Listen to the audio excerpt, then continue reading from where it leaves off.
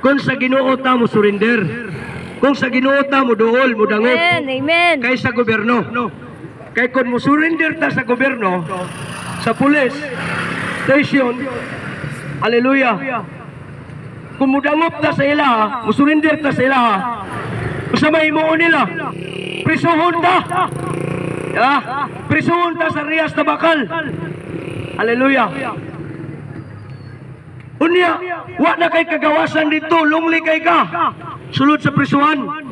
Pero kung sa Ginoo ka mo surrender, kan Jesus ka mo duol mo dangop.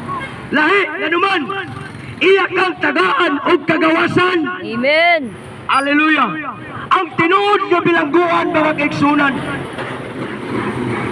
Dili ng Riyas na Bakal karon.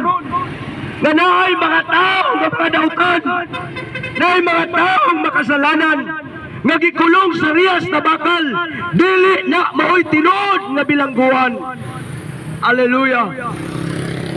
Ang tinuod nga bilangguan mga kaigsunan, kining kalibutan nga atong gibuyan. Hallelujah.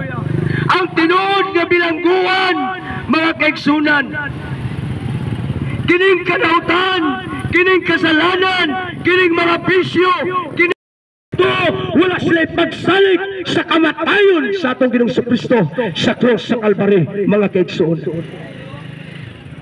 Inap na ang mga dugo ni Jesus kami awa sa iyang ulog, siyang mga kamotok, siyang mga til. Inap na ang mga dugo na may buhagay sa kilid ni Jesus na kita mapasaylo sa Diyos sa atong mga sala. Pinagi sa atong pagsalig sa atong Ginoong Kristo.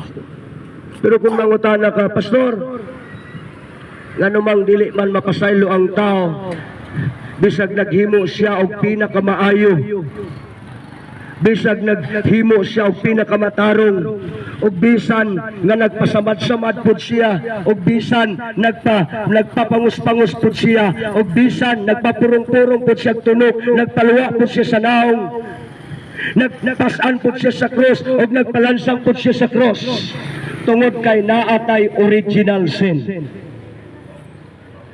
Naatay original sin na atong napanunod kay Adan ug kang Eva. Muna ingon ang pulong sa Ginoo sa Roma 5 verse 12 na miabot ang sala sa tibuok kalibutan pinaagi sa ubang tao ug ang sala nagdala og kamatayon.